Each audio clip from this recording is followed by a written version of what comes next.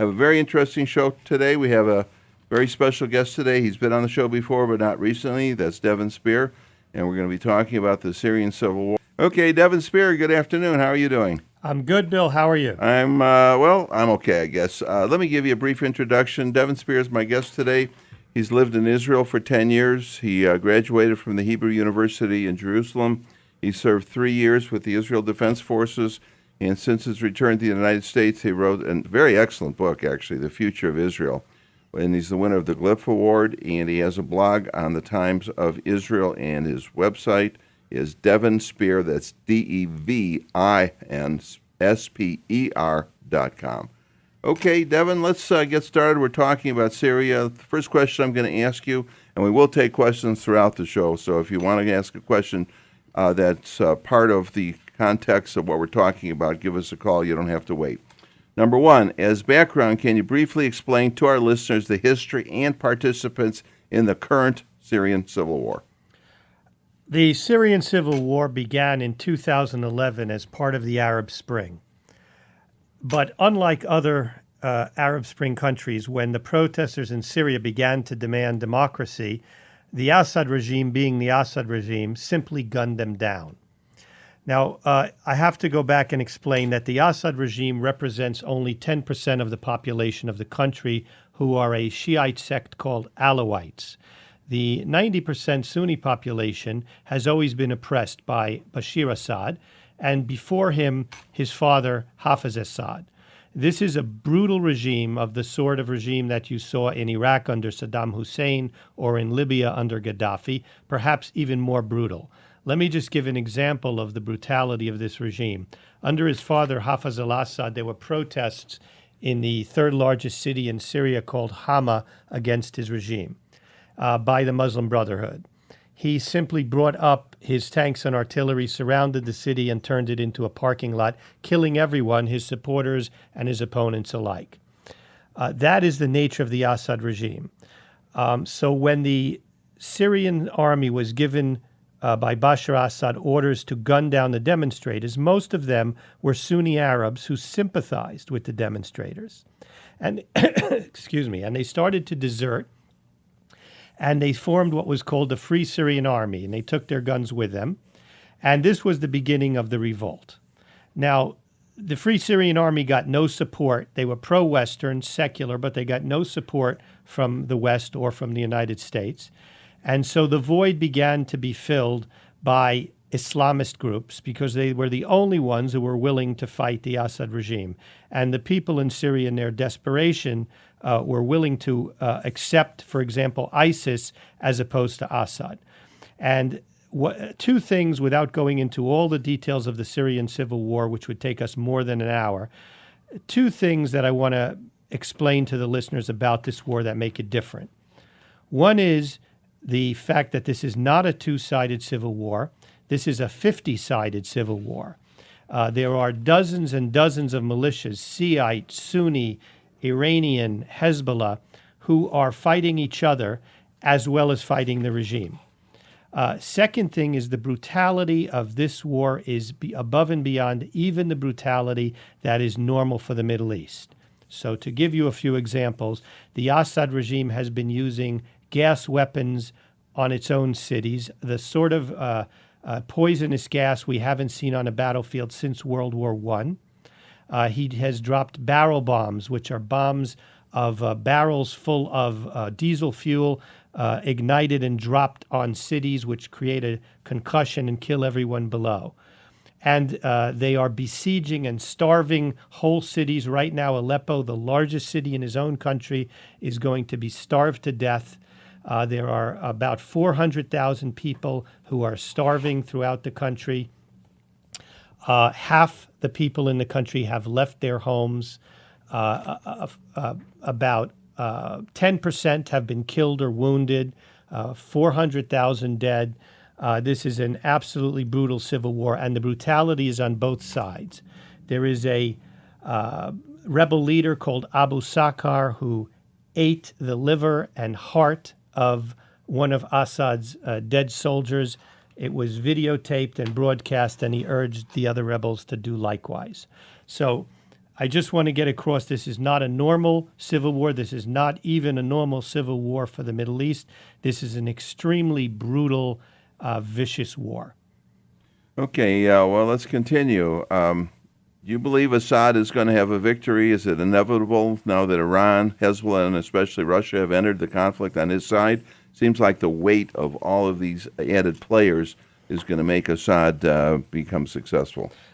As I said a moment ago, there are not 2 but 50 sides in this war. But for the sake of the listeners, so that you can understand, get a picture of the battlefield, let me divide those into 3 main groups.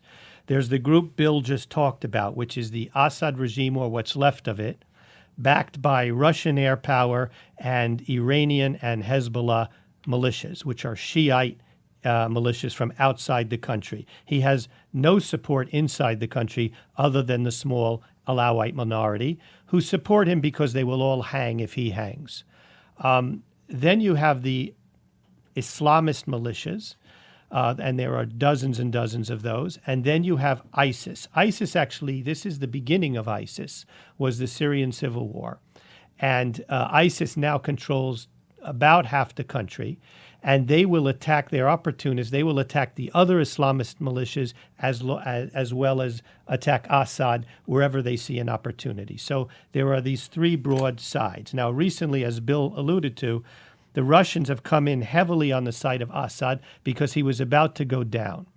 And the Russians have a base in northern Syria, an air base in Latakia, and a sea base in Tartus. And they want those 2 bases, so they're willing to prop up the Assad regime. They're bombing heavily the rebels, and their Iranian and Hezbollah proxies are now actually making progress on the ground. So your question was, can they win? In my opinion, they can only win under one circumstance, which is that they absolutely depopulate the country. In other words, the 90% of the population that is Sunni is not going back peacefully under the heels of the Assad regime that has brutalized them all these years. And what they seem to be doing is trying to actually depopulate the entire country. Millions have fled. We've seen the refugees fleeing and going to Europe and Turkey and elsewhere. They've killed hundreds of thousands. They're starving others. So if he wins, it will be a Pyrrhic victory because he will be left with a country with no population. There will be no one left to tax, oppress, or put in his army. The other alternative is that the opposition will win and they will slaughter all the Alawites. And I mark my words, they will slaughter every one of them, as well as the Christian minority that supports Assad, again, because they're worried about the Sunnis. So they can win, but they can't win Syria. They will just be left with a wasteland. Well, it seems to me, and please tell me if I'm wrong, that the winner, if there is such a thing as a winner in this type of conflict, the winner is going to totally destroy the vanquished. In other words, it's going to be a bloodbath, even more that's already gone on, when they have the opportunity to kill every man, woman, and child. Do you see that happening? Absolutely. The reason that these cities are starving and not surrendering is that each side knows that were they to surrender, they would come in and kill every man, woman, and child, as indeed they have in those places where they've overrun. One side or the other has overrun another city. This is a regime that is bombing its own capital city with barrel bombs because there are neighborhoods that don't accept Hafez al-Assad, so he blanket bombs them from the air. He will certainly kill every one of his opponents, and they will do likewise. So the end result is you're going to have a total depopulation of Syria because the winner is going to totally kill everybody and the vanquished. Exactly. Half the population has already fled their homes. There's an initial population of 20 million. 10 million have fled their homes, and about half of those are displaced internally, and half of those have fled to other countries. But as you just said, Bill, that's the tip of the iceberg, because when this breaks one way or the other, this is going to be massacres on a scale we haven't seen since World War II. And it just seems like Syria has absolutely no possibility of ever regenerating itself. It's just gone forever. That's right. Syria no longer exists. Iraq no longer exists. Yemen no longer exists. And Libya no longer exists. Some people say, well, if we don't intervene on their behalf, then Syria will become a failed state. Syria is a failed state. What do you call a country where the government controls only a small part of the land area, where the army, institutions, economy has all collapsed, where half the people have fled their homes, and where 10% of the population has been wounded and killed? Syria is a failed state. Syria will never exist again, no matter what happens. Okay, thank you, Devin. We're coming up upon the first break of today's show there. Welcome back to today's edition of Middle East Radio Forum. My name is William Wolf, your host. Every Sunday, noon to 1 o'clock Arizona time. Adjust your time if you're listening elsewhere on my website, middleeastradioforum.org. My guest in studio is author Devin Sper. And before I ask another question, let's go to Joel from Phoenix. Joel, go ahead. What's your question? Yes, now that Russia has a foothold in Syria, what does that mean for Israel's future security? Thank you. All right, thanks for that question, Joel. Go ahead, Devin. Joel, that's a very, very good question. It's not all negative. It's part negative and part positive. Obviously, Russia is supporting Hezbollah and Iran, who are enemies of Israel. The thing is that they're spending their energies in a different part of Syria and not against Israel. So Israel basically has quiet on its border because Hezbollah is busy fighting ISIS and other Islamist militias, has in fact lost 1/3 of its fighters in this fight, and has lost all its credibility with its Shiite base in Lebanon, who doesn't see why they should be sending their sons to preserve the regime of Hafez al-Assad. So in that sense, it's good. Now, it could turn against Israel if Assad wins in the north and they turn south and with Russian air support come up to the Israeli border. But this is the Middle East, so anything could happen. Right now, it's actually working to Israel's benefit. Okay, thanks for that call, Joel. And I will mention, if you want to ask a question from out of the country, probably the best way is to send an email. We will answer your question by email. It's radioforum, RADIOFORUM @AOL.com. Okay, Devin, let me ask the next question here. Considering the anarchy, and boy, it is anarchy, that has resulted from the fault of the Arab tyrants, were we better off with the Assad regime in Syria, Saddam Hussein in Iraq, or Gaddafi in Libya? And you can break those three down if you want and talk about them separately. Let me go back and first explain what those regimes were. The states in the Middle East are artificial lines drawn in the desert by the British, French, and other imperial powers when they were dividing up their spheres of influence 150 years ago. They have no connection to the ethnic or religious divisions, and so they're fictitious entities to begin with. After the British and the French and other European powers withdrew from the Middle East about 80 years ago, the only way for these to be held together was through vicious tyrannical regimes of the sort you mentioned. So the question is, should we be in the business of restoring these artificial countries which could only be maintained through terror? And I don't see that is in our interest or the United States or Israel's interest. And I don't think that these countries will ever become countries again, since they were fictitious in the first place. Now, is the current state of anarchy better than what was there? From an American point of view, probably worse. There's less stability. From an Israeli point of view, it's better. They're not on Israel's case. They're at each other's throat. So there's nothing harming Israel here. In fact, Israel has a sort of respite right now. What I would say as an American is this. You see the streams of refugees going to Europe who are young men of military age, mostly from Syria, who are looking for the best social welfare benefits they can find in Europe. Should we be sending our sons to fight for their country, which they are not willing to fight for, but are instead fleeing to Sweden and Germany? That doesn't make any sense to me, and I see no reason why we in the United States should involve ourselves in this. You know, Devin, I look at these failed states. You got Libya, you got Syria and Iraq. I mean, there's no government, basically. You just have people with some arms. I'm just wondering, how does the water system work, the sewer system, the power system? I mean, how does the society even exist? That's a very good question, and that's precisely the reason why half the country has fled their homes.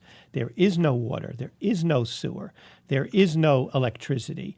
They have gone back to the Stone Age. Now, understand that in a very primitive place like much of rural Syria, that isn't that different than what was before. This isn't Scottsdale. You went to the well, the donkey brought the water out of the well, he still does that. But nevertheless, half the country have fled their homes. And where have they fled to? Either neighboring countries like Jordan, Turkey, or Lebanon, where at least there's water and electricity, or to places that the government still holds like Damascus or the Alawite enclave in the north, where there's some semblance of order. But in much of Syria, there is no means of existence. I said that ISIS controls half the country, but in that half, there are hardly any people left because they've all fled. Okay, I just can't even imagine how a society can exist like that with basically just gangs running around with guns and nobody working to provide food, electric, and so on. Think of the fall of the Roman Empire. Think of Europe in the Dark Ages. I'm not talking about the Middle Ages. I'm talking about the early Dark Ages when Rome collapsed. Various barbarian tribes were running around. If you weren't in a walled castle, you were probably going to be killed. That's what Syria looks like. Okay, I just can't even imagine it, but it's not going to get better as far as I can see. Let me ask another question. Some argue that the current chaos in the Middle East would not have been if the United States did not intervene in Iraq and topple Saddam's regime. Now, I don't know what that would have to do with Libya or the current situation in Syria, but go ahead and answer the question if you can. Well, the thinking in that is that that was the beginning of the collapse when they saw Saddam Hussein. It started the Arab Spring, and this was the beginning of the collapse of all the Arab tyrannies. And there's truth in that. What I would say about this is this. President Bush did a noble thing, whether you agree with the outcome or not, in trying to free the Iraqi people from the tyranny of Saddam Hussein. He wanted to set up the first Arab democracy as an example to other Arab countries, and in fact did. He wanted to free the region from an aggressor, and he wanted to free the United States from the threat posed by a regime that was working on weapons of mass destruction. He actually succeeded in all those things. Now, the fact that the Iraqi people threw away this gift that we gave them after spending a lot of American blood and treasure to hand them democracy, and they turned it into the current chaos, is not the fault of President Bush. Likewise, when President Obama naively supported the Arab Spring, he was doing a noble thing. The fact that they have turned the Arab Spring everywhere into the Arab Winter, that the fact they have turned it into murder and mayhem is not the fault of President Obama. The current chaos and disaster of the Arab world is not the fault of President Bush. It's not the fault of President Obama. It's not the fault of the United States, and it's not the fault, certainly, of Israel. It is the fault of the Arabs, who have proven incapable of democracy and whose vicious sectarian violence and culture is their undoing. You know, it's a very interesting situation if you look at all this chaos in regards to Israel, which is unfortunately in that very bad neighborhood. But we'll get into that after the break. You're listening to Middle East Radio Forum here on 9. Welcome back to today's edition of Middle East Radio Forum. My name is William Wolf, your host every Sunday noon to 1 o'clock Arizona time. My guest is author Devin Sper, and we have a question by email from the Netherlands. Alberto, a longtime listener, he has two questions actually. I'll ask them both now, and then you can answer them any way you want, Devin. Number one, is Russia the enemy of Israel? And number two, if Iran were to attack Israel, would Russia help Israel? That's a very good question, and let me answer the first part. Is Russia an enemy of Israel? Not necessarily. In fact, Vladimir Putin is actually fairly favorable to Israel and the Jews because of his history, which I won't go into, his personal connection to Jews growing up. Vladimir Putin is not an anti-Semite. He visited Israel. When he was there, he met his old teacher who he remembered and bought her a beautiful house and car. He met with the Israeli government, half of whom he found spoke Russian, because they are so many Russians, Jews in Israel. They took him to a memorial for the Red Army that was in Israel because the Red Army liberated a lot of concentration camps. And Vladimir Putin personally actually has a good deal of sympathy for Israel. Having said that, Vladimir Putin is a Machiavellian creature and an opportunist, and he will do whatever he thinks is in Russia's interest. So the answer to the second question is, if he thinks that it is in Russia's interest to support Iran against Israel, he will do that. And if not, not. In other words, even though Iran is helping him, he won't do it because he hates Israel.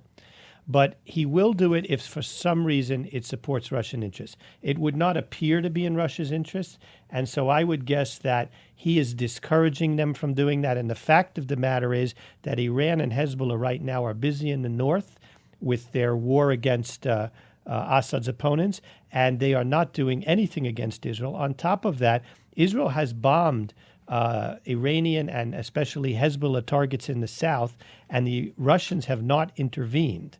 They have allowed Israel to do that, even though they are siding with Hezbollah and Iran in the north. So I think there's a sort of modus operandi where Israel says, we're going to do what we want to do in the south, and we're not going to bother you in the north. And Vladimir Putin says, and we're going to do what we want to do in the north, and you won't bother us. And they had a meeting when Russia became involved, personal meeting between Netanyahu and Putin, and I think it's fair to say that was the outcome of the meeting. Okay, thanks for those excellent questions, Alberto. Let's quickly go to a question from Jeff in Phoenix, and then we have to go to break. Jeff, go ahead. Yeah, so, gentlemen, enjoying the show. One point of clarification in terms of Obama's role here post the Bush administration. I think Bush, as you correctly stated, won the war, won the peace. But Obama kind of gave it back in his withdrawal and drawdown out of Iraq. You have to maintain a force.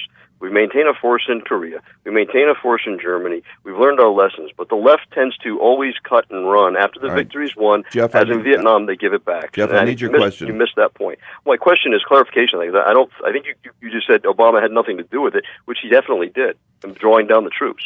Gave that territory back to ISIS and the enemy. Well, I agree with what you just said. I think after spending, as I said, a lot of blood and treasure, the United States had won a great victory, and there were 3 democratic elections and a democratically elected government in Iraq. There was a stable government which had the support of the people. The economy was actually doing quite well, and we threw that away.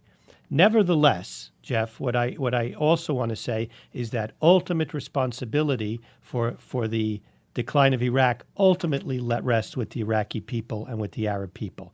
In other words, yes, Obama's policy was flawed, but let's not get confused with blaming ourselves or even President Obama for the disaster that is Arab culture and the sectarian, violent nature of their society. All right, thanks for the question, Jeff. Let me ask this, Devin. Do you think that Iraq has the same future as Syria, where basically become a wasteland? It'll become at least divided. It may not become a wasteland completely, although it's on its way. But you have the Shiites in the south supported by Iran, and because of their proximity to Iran, they probably can't be overrun by ISIS. You have the Sunnis in the north controlled by ISIS, and because the population doesn't want to be, again, overrun by Shiites, they're not going to let the Shiites in. And you have the Kurds with their section who are not going to give that up either. So it's more likely that Iraq will be divided into at least 3 sections rather than complete breakdown into anarchy, but it won't be a country again. Okay, when we get back, I'd like to discuss your predictions, if you have any, regarding whether or not there will be finally a homeland for the Kurdish people. We've talked about this many times on the show, and I know Dr. Carroll believes that they certainly should have had it for a long time and haven't been supported as they should have been. But we are coming upon the final break before the final segment of today's show. You're listening to Middle East Radio Forum here on 960 The Patriot. Welcome back to the final segment of today's Middle East Radio Forum. My name is William Wolf. My guest is author Devin Sper. And we'll get to discussing the Kurds if we have more time at the end. But first, I want to ask you, Devin, how does the Syrian civil war affect Israel? I know you've already talked about it some, but I wanted to give you an opportunity to completely fill it out. First, let me say that the Arabs have a bad habit of blaming everyone but themselves for their problems. especially they blame Israel for everything that is wrong with the Arab world. This was never true, and today it's completely absurd. From Israel's point of view, the recent developments, as I've already alluded to, in Syria and the Middle East could not be more favorable. Let's take the example of Syria. The Syrian army was once a major threat to Israel. They had 5,000 tanks. They had chemical-armed missiles. They had a modern air force on par with Israel's air force. They fought 3 major wars with Israel and almost won one of them. Today, Syria, as we've said, has disintegrated. Their armies are just broken down into a bunch of militias. The economy is gone and will never come back. Hezbollah, as I mentioned, is mired down in northern Syria and has lost a third of its force, and their morale is very low. The Iranians have, in a sense, already admitted defeat by withdrawing most of their troops from Syria and letting their Hezbollah proxies do most of the fighting. All I can say is that from Israel's point of view, this is very beneficial. If your enemy is falling apart and cutting his own throat, then obviously that's in your interest. Okay, well, but what if jihadist militias, including ISIS, end up in control of the part of Syria facing Israel on the Golan Heights? I mean, that's been an area of contention for a very long time. First of all, ISIS is already facing Israel right on the Golan Heights, and we haven't heard a peep out of them because they're so busy with other things. But no matter which militias end up on the Golan Heights facing Israel, none of them are going to pose the sort of strategic threat that the Syrian army once did. The disintegration of Syria and also Iraq, Libya, Yemen is so positive from Israel's point of view that I can only see in it the hand of God. Israel could not have designed a scenario better than this, where their Hezbollah enemies and their ISIS enemies are fighting each other, one side backed by their Turkish enemies and the other by Vladimir Putin, all expending their energy on destroying each other. If Israel had planned this, it could not have worked out better from Israel's point of view. Okay, we have another caller, John from Phoenix, and please get your calls in now. I don't want anybody to get shut out. So if you have a question, please call in now. John in Phoenix, go ahead. You're on the air. I was wondering how the other Sunni nations like Qatar and Saudi Arabia, how come they don't take in more of the refugees? Do you think it's kind of a ploy to flood Europe and the United States with Islamic people to depopulate them and overpopulate them with Muslims?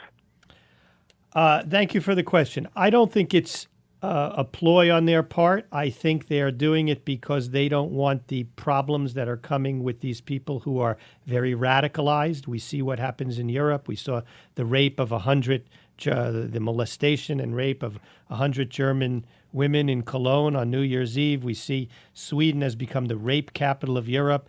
There is murder and mayhem in places that used to be orderly. These countries have orderly societies, and they simply don't want it. I don't think it's so much that they're trying to undermine the West, although the result of it is exactly what you said. The result of it anyway, whether they want it or not, is that they are well on the way to destroying the fabric of European society. Okay, anything follow-up, John? No, it's just unfortunate that we get the trash and they don't take it out themselves. Okay. Thanks for the call, John. Okay, Devin, so which side should the U.S. and Israel back in Syria, or should they just stand aside and let everybody duke it out? Well, you gave the answer in your question. Yes, I agree. They should stand aside and let everyone duke it out. Look, Israel has chosen wisely, in my opinion, not to intervene in the Syrian conflict, and they've been urged to. The Free Syrian Army and the so-called moderate groups have, in sheer desperation, turned to Israel and asked for help. Now, they do give certain types of help. Anyone who comes to the border and deposits a wounded soldier, including the Islamists like al-Nusra, the Israelis will take care of them and then put them back on the border, just out of for humanitarian reasons. But they've studiously avoided taking sides. I think this is a wise policy. I think anyone who sticks their toe into this morass can only lose. And I think the United States will be well served to emulate Israel's policy. Look, on the one side, you have Putin, you have Assad, you have Iran and Hezbollah, all bad actors. And on the other side, you've got ISIS, al-Nusra, al-Qaeda, also bad actors. You got nothing to choose between these two sides.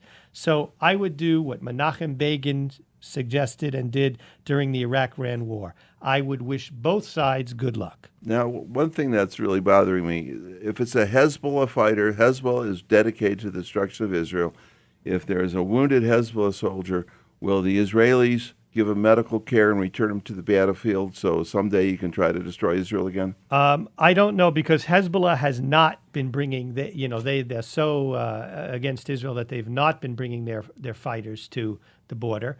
But al-Nusra has, and there's been weird scenes where al-Nusra fighters, and al-Nusra is an al-Qaeda offshoot, and they've been bringing soldiers regularly. They've now taken 2,000 such soldiers and turned them back to the other side.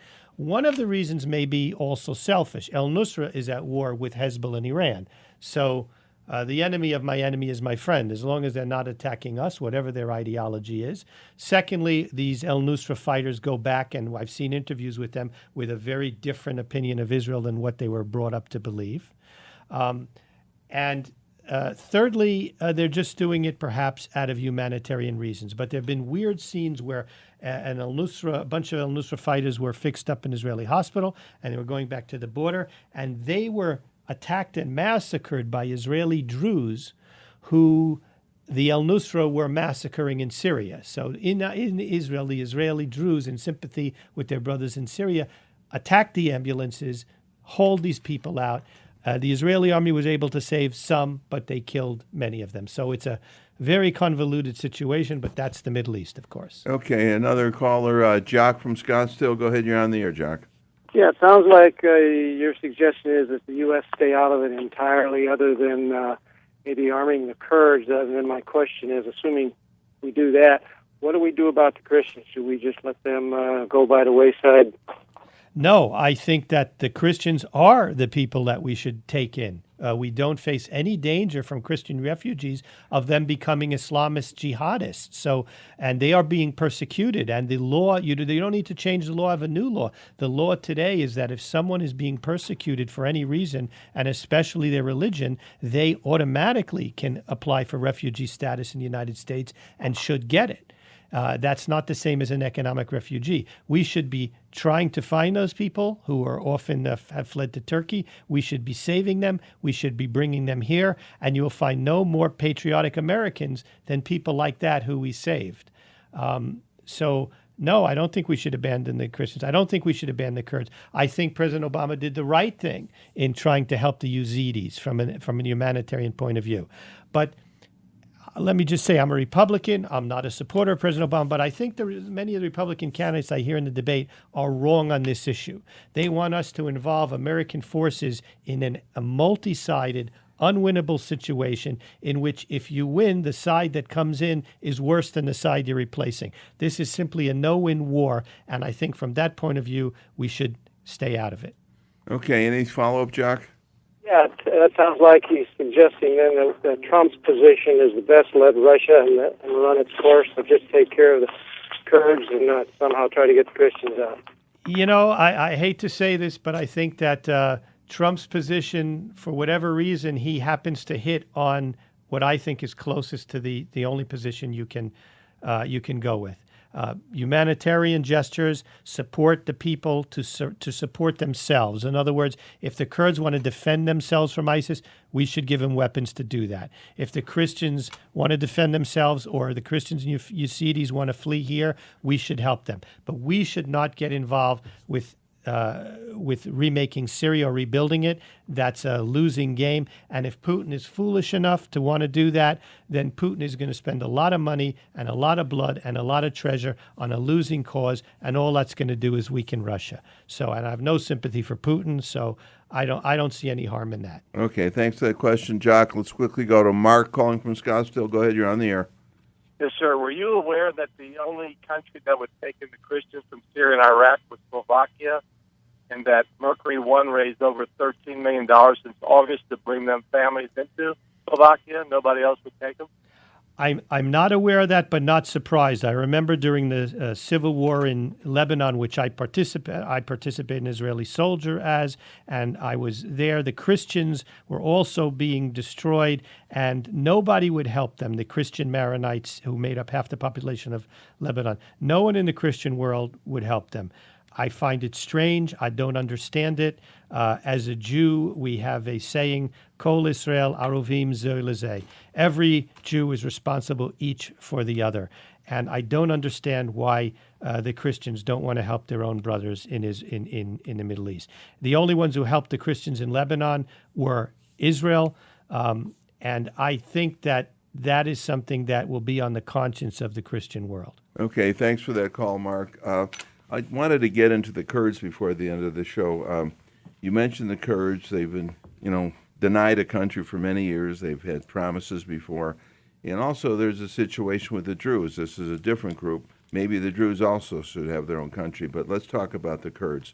What's the situation? Why don't they have their own country, and why should they? Okay, first of all, why they don't have their own country is because their area, which is a large area and which has 15 million people in it, is divided by 3 different countries, Turkey, Iran, Iraq, and they would have to fight a war with these 3 countries to get their own autonomy. For background, the Kurds are Muslim, but they're not Arab. So they're a different ethnicity. The current chaos has allowed them to create a sort of autonomous state in at least 2 of those countries, which is Iraq and northern Syria. And they have their act together more than many of the players, and they're not jihadists, so they get some support from the West, from Europe, from Turkey, not from Turkey, sorry, from Europe and other countries. And they're actually taking a lot of areas, town after town now, they're taking in northern Syria. The Turks are not happy about that because they understand that they may well then get a state on the border with Turkey and then demand independence for the Turkish Kurds. Again, I apologize for the convoluted nature of what I'm saying, but this is the Middle East. So they are now going to go into, they're threatening to go into northern Syria to attack not ISIS and not Assad, but to attack the Kurds. Why the Kurds don't declare the areas they currently control in Iran and Syria independent is a bit of a mystery to me. They've been striving for a long time. Israel has helped them out for many, many decades and was for a long time their chief ally. They have an opportunity. Iran is never going to go back together, not getting any aid from the government of Iran. So why they don't go out and declare their independence? They have oil in the north of their country in Mosul. That they could be a independent, well-off state. That part of Iraq is better off than any of the other parts because the Kurds have their act together.